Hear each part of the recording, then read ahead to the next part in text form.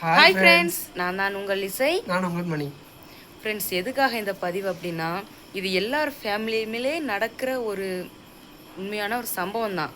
அது என்ன அப்படின்னா, ஏங்க நம்ம பையனுக்கு வந்து இப்போ 1 வயசு ஆக போகுதுங்க.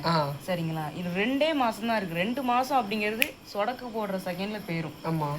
ஸோ நம்ம பிள்ளைக்கு வந்து பேர்த்டே செலிப்ரேட் பண்ணுவோம், அப்படி தானே? அப்போ அந்த பேர்த்டே வந்து நான் நினைக்கிறேன், நம்ம வீட்டில் சொந்தக்காரங்க அப்படி கொஞ்சம் கொஞ்சம் ஆட்களை வச்சு நம்ம சின்னதாக ஒரு கேக் வாங்கி சிம்பிளாக நான் செலிப்ரேட் பண்ணலாம் அப்படின்னு நான் நினைக்கிறேங்க.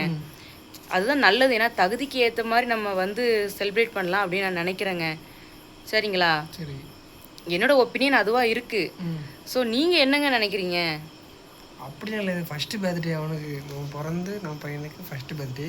அதனால் கொஞ்சம் கிராண்டாக ஒரு மண்டபம், இந்த மாதிரி ஆட்கள் கொஞ்சம் என் ஃப்ரெண்ட்ஸு, உன் சைடு என் சைடு, அப்புறம் அம்மா ரிலேட்டிவ் அப்பா ரிலேட்டிவ் எல்லாத்தையும் கூப்பிட்டு கொஞ்சம் கிராண்டாக ஒரு பெரிய மண்டபம் இந்த மாதிரி பிடிச்சி கிராண்டாக செலிப்ரேட் பண்ணலான்னு நான் நினைக்கிறேன். கரெக்டு தாங்க. இருந்தாலும் நம்ம தகுதிக்கு மீறின செலவாக இருக்கலாங்க. நம்ம முடிஞ்சது இப்போ பார்த்துக்கலாம். பிறகு பெரிய பையன் ஆனதுக்கப்புறம் பார்த்துக்கலாம்லாங்க. அவனோட ஃபர்ஸ்ட் பர்த்டே இது, அதனால வந்து நம்ம வந்து கிராண்டாக செலிப்ரேட் பண்ணுறோம். கரெக்டு தாங்க. இதுக்கப்புறம் வந்து அவனுக்கு வந்து இது வந்து ஒரு ஸ்பெஷலான ஃபர்ஸ்ட் பர்த்டே, அதனால நல்லா கிராண்டாக பண்ணுறோம். சரிங்க சரிங்க, உங்கள் முடிவு அப்படி சொல்கிறீங்க. சரி, என்னோட ஃப்ரெண்டை மட்டும் நான் கூப்பிட்டுக்கிட்டாங்க. எந்த ஃப்ரெண்டு? என் ஃப்ரெண்டு. அந்த கடை ஆரம்பிக்கும் போச்சில் வந்து அதெல்லாம் பண்ண வேண்டாம் அப்படின்னு சொன்னாங்க. அந்த ஃப்ரெண்டா? சரி, ஏதோ ஒரு கோவத்தில் சொல்லியிருப்பாங்க. அது நீங்கள் இன்னுமாங்க மனசில் வச்சுருக்கீங்க? வேண்டாம், அவளை மட்டும் கூப்பிட வேண்டாம் ப்ளீஸுங்க. அவள் எத்தனை வருஷம் எனக்கு க்ளோஸ் ஃப்ரெண்டு தெரியுமாங்க. அவளை அப்படி நினைக்காதீங்க, கொஞ்சம் மன்னிச்சிருங்களேன். மன்னிக்கிறதும் இப்படியே சொல்லுவாங்களே, எனக்கு சொல்ல தெரிலங்க. அது வந்து மனுஷனோட குணம் தானுங்க. நம்ம ஏற்றுக்கிறது நல்லது தானுங்க. கொஞ்சம் மன்னிச்சிருங்களேன் எனக்காக. அவள் வந்து ஒரு டிமோட்டிவேஷன் பர்சன். அவள் வந்து வேண்டாம். அப்படி சொல்லாதீங்கங்க, எனக்காக மன்னிச்சிருங்களேங்க ப்ளீஸ். மன்னிக்கலாம் முடியாது ஏங்க, அவளை மட்டும் கூப்பிட்டுக்கிடுறேனுங்க. என் ரொம்ப க்ளோஸ் ஃப்ரெண்டுங்க. ப்ளீஸுங்க ப்ளீஸுங்க, எனக்காகங்க. சரி போ. சரிங்க.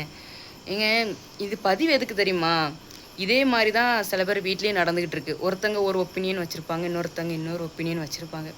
சரிங்களா? ஸோ அந்த ஒப்பீனியன் வந்து 2 பேருமே கலந்து பேசிட்டிங்கன்னு வச்சுக்கோங்களேன், நல்லாயிருக்கும். முக்கியமாக எதுக்காகனா, என் தம்பிக்கு வந்து, அதாவது என் பையனுக்கு வந்து 1 வயசு ஆக போகுது. அந்த செலிப்ரேஷன் வந்து ஒரு வாட்டி தான் அப்படிங்கிறது அவங்களோட கருத்தாக இருக்குது. ஆனால் நான் என்ன நினைக்கிறேன்னா, நம்மளுடைய செலவுக்கு மீறின, நம்ம தகுதிக்கு மீறின ஒரு செலவாயிருமே, நம்ம வந்து பண்ணிடுவோமே அப்படின்னு தான் நான் நினைக்கிறேன். ஸோ அவங்களோட ஒப்பீனியன் வந்து ஃபஸ்ட்டு பர்த்டே நல்லா செலிப்ரேட்டாக பண்ணணும் அப்படின்னு அவங்க நினைக்கிறாங்க. சரி, அவங்க சொல்கிறதுலேயே ஒரு நியாயம்தான் இருக்குது. நான் ஏற்றுக்கிறேன். முக்கியமாக என் ஃப்ரெண்டு அவங்க வந்து ஏற்றுக்கிட்டாங்க. அது ரொம்ப சந்தோஷம் எனக்கு. அவளை வர சொல்லியிருக்காங்க. ஸோ அவளுக்கு நான் கால் பண்ணி நான் கண்டிப்பாக வா அப்படின்னு சொல்லிடுவேன். ஸோ இந்த பதிவு உங்களுக்கு பிடிக்கும்னு நினைக்கிறேன். ஸோ பிடிச்சிருந்தா நம்ம சேனலுக்கு நீங்கள் லைக் பண்ணுங்கள், ஷேர் பண்ணுங்கள், சப்ஸ்கிரைப் பண்ணுங்கள். முக்கியமாக நம்மளுடைய சேனலுக்கு உங்களுடைய ஆதரவு கொடுங்க. ஓகேங்க, தேங்க்ஸ்ங்க, பாய்.